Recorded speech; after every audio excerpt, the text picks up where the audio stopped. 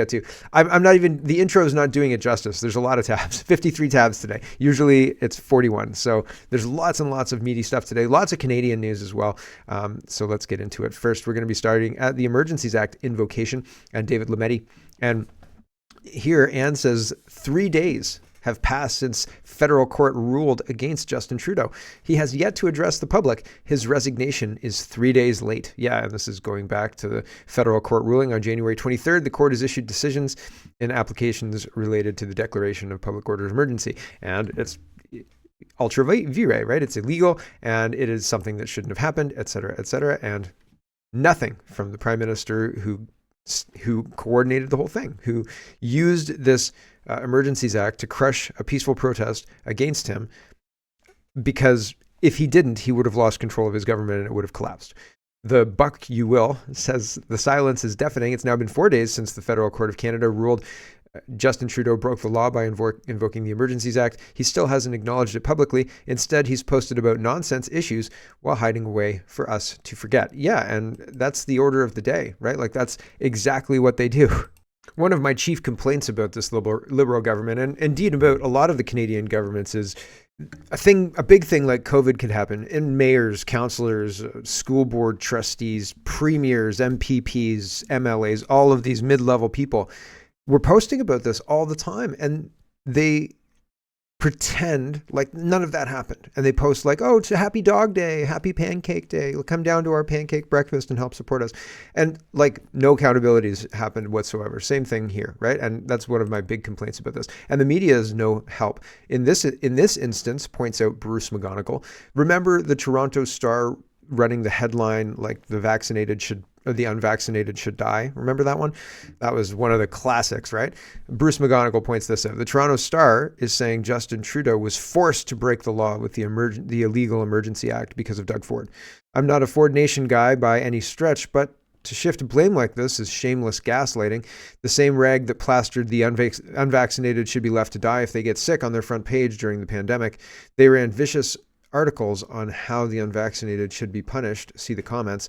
Taxpayers should never be forced to bail these rags out. They're not news. They're propaganda. Yeah, and the Toronto Star says, Ontario government holds some blame for the Emergencies Act overreaction.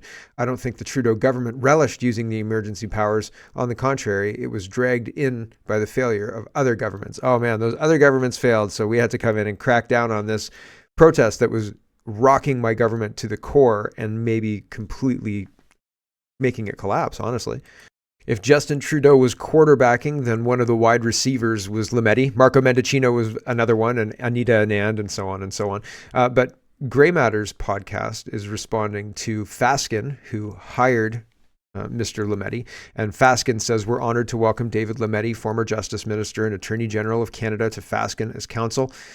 Dedicated advocate for Indigenous reconciliation. He's also engaged in emerging technology, particularly AI. So I wonder how much his file or anything that he worked on in the government had to do with any of these things.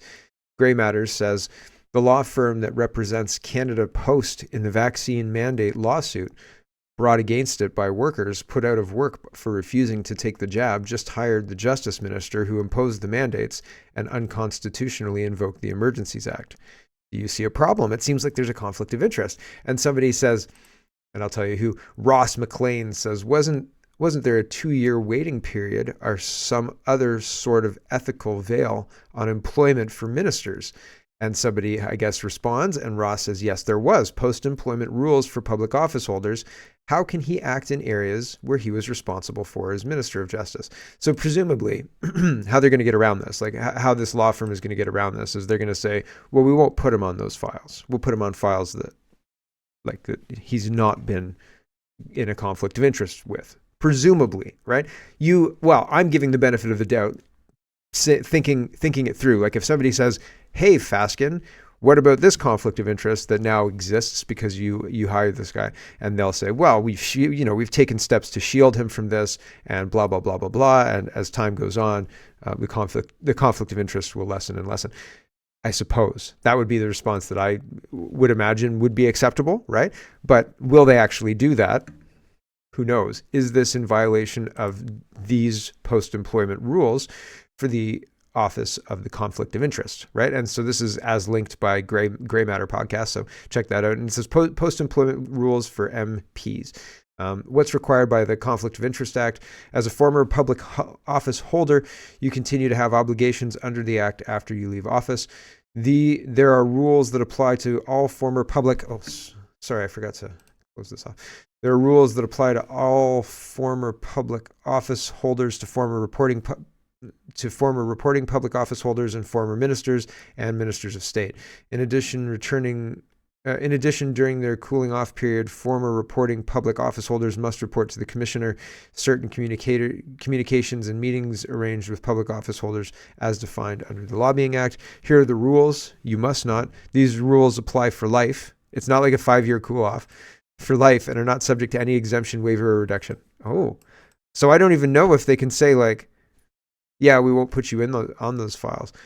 You must not take improper advantage of your previous public office. Switch sides, that is, you must not act for on behalf of any person or organization in relation to a specific proceeding, transaction, negotiation, or case in which you previously acted or provided advice to the government. So if he's the person who invoked the Emergencies Act, isn't that a violation of that switching sides clause? No? Like, right? He invoked the act. The law firm that he's now joined is bringing a case against the government. Now, are they defending the government? Are they saying, no, the government was correct? So does he get to defend his position? It's still a conflict of interest. I think it's a conflict of interest. I don't know if it's the switching sides, depending on which side. Hold on. Does it say which side? Hold on. Okay, according to Gray Matter, it's the firm representing Canada Post against the workers. So they're defending Canada Post. So he's not switching sides. He's arguing that he was right, but he just lost in court. Yeah, you're hired. Come on. It's just strange, right? So I think there's a case to be made anyway, that there's a massive conflict of interest here. Anyway, will anything be done about it? Well, right after Trudeau's government collapses. Right after that, something will be done. Provide advice to a client, business, or associate or employer using information you obtained while in office that is not available to the public. I mean, there's a lot of information that you would just use if you were at work, right? Like that you'd gleaned over the last 10 years of public service or whatever. Here's Bill Blair. And like the court case just came down that said Lametti broke the law and invoked this illegally. Okay, ultra vire. It's illegal. It couldn't do this. Bill Blair says, David Lametti worked hard as our Minister of Justice and Attorney General and was a wonderful colleague for 8 years. He will dearly be missed by all of us. My best wishes to him on everything that comes next. Right? I mean, tone deaf because it seems like nobody's willing to address the giant elephant in the room of the fact that he oversaw the illegal removal of rights from Canadians. So, oh man, good retirement. Happy to retire. Love the cake, Shame about that whole illegal ruling thing, Oh well. Mark Miller is responding to Pierre Poilievre. Poilievre is trying to rake Lametti over the coals, and he says, breaking, Trudeau's former justice minister resigns. He leaves behind him a record of charter violations, censoring free speech, illegal use of the Emergencies Act, and crime policies that have unleashed waves of violence. More proof Trudeau is not worth the cost and the crime. And Mark Miller says, classless and undignified. So they don't like it when they get called out on their poops. On their poop smelling, right? Like they think their poop don't stink. And so when you point out all of the list of dirty laundry that they have and like, hey dude, this stinks just as much or worse than anything you accused Harper of, they really don't like it. They get upset about that. It's interesting to watch, but frustrating is not the right word.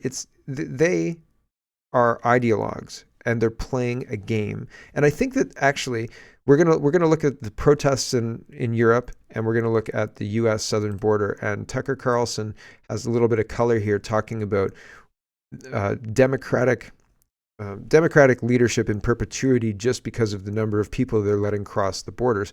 And I think there may be something to that. So they're playing for keeps. They want to win this game. And if they can win for generations and generations and generations, then it's worth burning down the culture, because, the culture is going to change anyway. They are purposely doing this for power, and they should be stopped. They should be stopped. Make no mistake. But I think it's interesting, the form these protests are taking. It seems like as the protests get pushed back on by the government, people think we have to do better next time. We have to be more organized. We have to do this smarter, and things shape up as they look like on the southern border and in the U.S. Anyway, here's what's going on in Europe. Concerned citizen says the French Revolution. French citizens revolt. People take to the streets to show their absolute contempt for their tyrannical globalist government.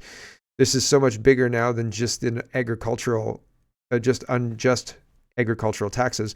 The French were always going to be first instigators of a full-blown revolution. So here's what's going on in France. Sorry about that. He was yelling and it was loud. Here we go.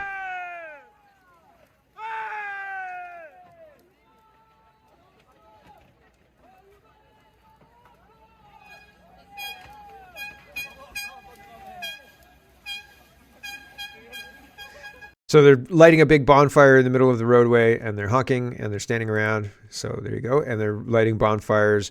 Anti-censorship says, breaking more from France, lit scenes as French protesters get together in front of the prefecture of Bordeaux, the land of wine. The tyrannical grip has become too much, too obvious, too strangling. Europe is waking up. So people are saying absolutely not. So that's interesting. Here is Peter Sweden. He says, incredible scenes. The farmers have lined up hundreds of tractors in protest on Le Touquet Beach. I'm saying that wrong. Where French President Macron has a holiday house. Share, you won't see this on other media. So it's pretty wild. There's a lot of tractors. I mean, it's a nice beach, right? It looks like a lovely sunrise, and people are walking along the beach, looking at all the tractors, right? What a lovely... what a lovely thing to do in January. There's a lot of tractors. I don't think I would be understating it to say there's hundreds of tractors, and maybe more than that. So the whole horizon is taken up with tractors. And this is apparently in front of the beach home of Mr. Macron. So that's wild. Here is another one. Dangy says, the French Farmers Union announced its intention to organize a complete blockade of Paris and its suburbs to prevent the supply of goods to the capital. The action will begin on Monday night and will last at least 5 days. They wanted to create chaos in Russia, but instead, so this is a tractor trailer that is lit on fire and being knocked over by a tractor.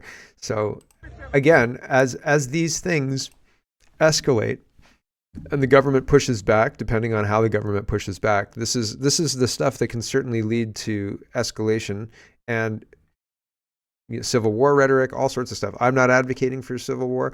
I just think that if this is where it's going, and like knocking over trailers and lighting fires in the middle of the street, if that's what it's going to take, the government is going to use those incidents to paint those people as dissidents, as political terrorists, all sorts of things. And then there's a whole legal instrument that can be brought against that. And so, I mean, they have to be smart about how they do this. Anyway, here's the tractor trailer being knocked over by a tractor.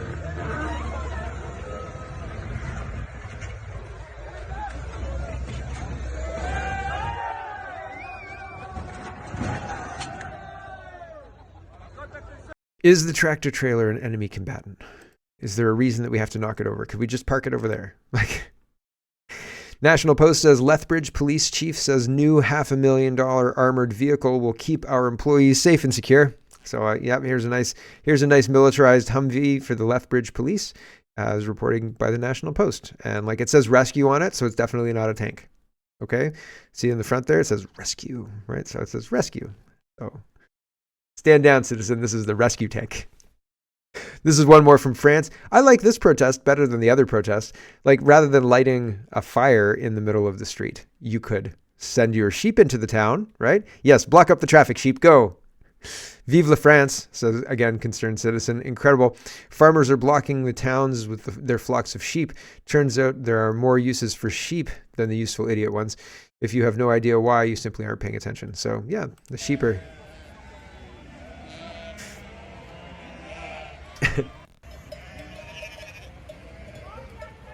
It works on so many levels, right? Like this protest means things on different levels. Also, it will block up your streets. Bill says this video should be watched by every American who share my love for our country. Okay, so this guy, it's a 40-minute video. We're not going to watch 40 minutes. We're just going to watch the beginning part because we need to understand what's going on at the southern border. And I mean, it's being invaded. Here we go. In 2023, nearly 250,000 illegal aliens entered the United States every month. Nearly all of these illegals followed the same mass migration trail that starts in Quito, Ecuador, and ends at the US southern border. So, we decided to follow the trail ourselves. Along the way, we discovered secret Chinese staging hotels, crossed through the world's deadliest jungle, embedded with an illegal alien caravan, rode the Mexican train of death, and finally, were kidnapped by the Gulf Cartel, just hundreds of feet from the United States border. This video will expose the entire illegal alien pipeline for what it is: a United Nations weaponized migration agenda, masquerading as an organic humanitarian crisis. This agenda directly benefits cartels and human smugglers, exposes the United States to incredible geopolitical threats, and could potentially usher in permanent one-party rule. That's the same thing Tucker says. And also, this video would never do well on YouTube just because there's no bottle flips, right? There's no challenges. Holy smoke, right? Already lost interest. No, just kidding. Link is in the description. I try and put the link in the description. If I get pulled away from the show, then I come back and put the link in the description later. So if you do not see a link and then you remind me, then I'll come back and do it because I do check the comments. Zach says, this was predicted by HBO in 1997. The Doctor is here. So if you watch Star Trek Voyager, right, this is the holographic Doctor. I saw it 10 minutes ago. Right, so he's making the case here. You see this hot spot right here? That there are a huge buildup of troops, and that there's going to be a conflict, right? And here is them telling the Navy or telling the White House what's going on, and they're talking about the southern border. This is a movie from HBO, again, from the early 2000s, I think. It said 15 years ago in the tweet, but just here's a little bit of it. Here we go. Governor, we can see 2 busloads of orphans being unloaded the other side of the border here. I just want to clarify our mission with respect to these children. What do we do if they march them up between us and the federal troops? And with no sign that the deadline will be extended by the president, both sides are hardening their positions. Federal troops are arriving at Hill Air Base in northern Utah. So far, more than 8,000 combat-ready troops are there, under the command of General Charles Buford. And Matthew, Helena, these units from the 173rd Airborne suddenly began taking up positions here shortly after the news of the Alamo came through. I'm talking to you from just inside Utah, very close to the border with Idaho. And just over here to my right is the encampment of Pakistani orphans, where, according to our information, busloads more are expected to arrive today. Every party is demanding concessions in exchange for their supporting the president if he needs to use force against Idaho. Now, I'm standing here next to Congressman Singh of Alabama. Congressman Singh, what concessions did you get from the White House? Oh, a great deal from my people. I told Mr. Buchan from the White House, y'all want our support against Idaho? Fine. But y'all have to give us 3,000 acres in Alabama and money to build our temples. And he said, no problem. So, no problem. No problem. Jim Calla, Newsnet. Take a look at this, my friend. It's a cowboy boot. What does that have to do with anything? The Gonzo has lost his mind. Wait. Vinny, it's Jim. Move in on the shoulder patches. Excuse me, would you mind turning around? Jim, you're on the verge of breaking the code, I can tell. Since when have you ever seen cowboy boots on a guardsman except in that piece we had last year about that goofiness in Montana? Montana? What does that have to do with anything? Look at the shoulder patches. Montana National Guard. Told you. Now look here. Hey, guys. How are things in Fargo? We're from Bismarck. North? Jesus Christ. That was a little longer. There's a lot of big names in this too, right? This was an HBO thing. It wasn't a small deal. Just somebody else was talking about it. DC Drano says Biden. So obviously Idaho in this one is the stand-in for Texas for whatever reason, the potatoes. DC Drano says Biden gave Government Abbott a 1 p.m. deadline to remove his National Guard troops. Abbott refused, so Biden issued punitive sanctions against Texas by passing liquid natural gas development opportunities, or by pausing liquid natural gas development opportunities, which will directly hurt the Texas economy. This is not a coincidence. This is how evil Biden is. He's suffocating Texas jobs because Governor Abbott is protecting our border. So the New York Times is announcing Biden administration pauses approval of new gas export terminals. So that's not good. And Abbott responds to this. He says Biden's decision to freeze LNG exports threatens Texas and America. This reckless decision is a gut punch to the hardworking men and women in the energy industry. It also could cause some countries to rely upon dirty coal as opposed to cleaner burning natural gas. So that's not good. Gateway Pundit is reporting on this as well. Biden regime freezes all natural gas projects, citing alleged climate change crisis and recent catastrophic weather events. Trump campaign responds via Gateway Pundit. So they're using climate change to attack their political enemies. And we're seeing that in Canada too. Like, we're seeing Ottawa do that against Alberta, and it gets damn cold in Alberta. Sorry, climate change says you can't get warm, so, I mean, you're just going to have to freeze until summer. Larry says, Oklahoma Governor Kevin Stitt to absolutely send National Guard to Texas border. This is common sense. In Texas, there are 28 ports of entry, and it's already federal law that it's illegal to enter anywhere but those ports of entry. Stitt said. Also, and so the fact that the federal government, Biden, is cutting the razor wire, it just makes no sense at all. So yes, we have the right to defend our country against invasion. And what else would you call it if you've got 6 million people coming through illegally? During his time in office, Stitt sent the Oklahoma National Guard to Texas once before. Last July, a Virginia National Guard unit joined Operation Lone Star to help secure the southern border. Here we go. And so that's interesting. And it seems to be gearing up, right? Nick says the government is leaving people homeless on Maui. This includes direct victims of the Lahaina fire, and they don't care. I've spoken with many residents that are either homeless or about to become homeless. Full story coming soon. Stay tuned. What is their motive? They want the land. They'll just wait the people out. They'll wait the people out. The people will leave. The people who love the land will leave, and the people who inherit the land will sell. That's the plan. Sorry. Citizen Free Press says massive trucker convoy called Take Back Our Border is headed to the Eagle Pass in Texas. 700,000 vehicles. That's the prediction here, according to Fox News. 700,000 vehicles? Okay. I've seen footage, and people were, on one side, people were saying, that doesn't look, it looks like it's cut together from other convoy footage things. So I don't know. But here's a little bit of this Fox News footage. About this trucker convoy, you brought this up just a moment ago. So this is called Take Our Border Back. It kicks off Monday. So you've got multiple starts. You've got trucks leaving from Virginia Beach that are going to go through Texas, Arizona, California. On the website, it describes the event as a peaceful assembly, encouraging all freedom-loving and law-abiding Americans to attend. I saw that you posted on X to raise awareness about that. You obviously just mentioned it a moment ago. I understand that you're going to be speaking once they get to Eagle Pass. I also see that it's going to go through Yuma. It's going to go San Ysidro, California as well.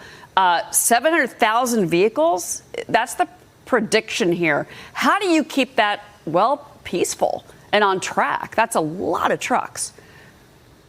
Well, the people that have organized this are the same people that went to California to D.C. with the truckers. I understand we're going to be joined by Canadian truckers. So these people are committed to a peaceful demonstration that we've had enough. The American people have had enough. We're demanding that the Biden administration do its job, enforce the laws. So there you go. Not surprising as well. I haven't heard anything official about any Canadian convoy going to join truckers. That's the first I've heard of it. So let me know if you've seen it. Clandestine says everything starts to make sense when you realize that the destruction of the United States is not due to incompetence. It's intentional. They want our borders open. They want our cities consumed by crime. They want our economies to fail. They want to destroy the nuclear family. They want pandemics and forced vaccination. They want insecure elections. They want harmful drugs on our streets. They want to sexualize our children. They want us to be poor. They want us to be uninformed. They want us to destroy our way of life for their benefit. We are at war. I don't think he's wrong. Here's Tucker Carlson for why we're at war. What's the stakes here? Here we go. Yale University released a study last week by 3 researchers, all of them liberal, I believe, who concluded that the actual number of illegal aliens in this country is not 11 million, it's north of 22 million. 22 million. Fact 1. Fact 2. The Democratic Party is now, as a matter of policy, calling for the legalization of all illegals in this country. Citizenship, voting rights. 22 million new voters. Fact 3. The overwhelming majority of first-time immigrant voters vote Democrat. Fact 4. The largest margin in American presidential history was 17 million votes, 1984 election between Mondale and Reagan. 17 million. You would add to our voter rolls 22 million, at least, permanent electoral majority in perpetuity. That's what this is about. It's not about making the country better, serving our labor needs, helping the population. It's about putting Democrats in power forever. That is the truth of our immigration debate. Yale University released... Yeah, in perpetuity, forever, right? That's what they want. Hello, everyone. Thanks very much for watching. This is just a short version of a longer show. If you'd like to get the whole show, you can go over to CanadaPoly.com and sign up for a subscription. Just look in the drop-down tab for Shop and Donate and look for subscriptions, and you'll get immediate access to the full show. Love to see you. Thanks for watching, everybody. Have a wonderful, wonderful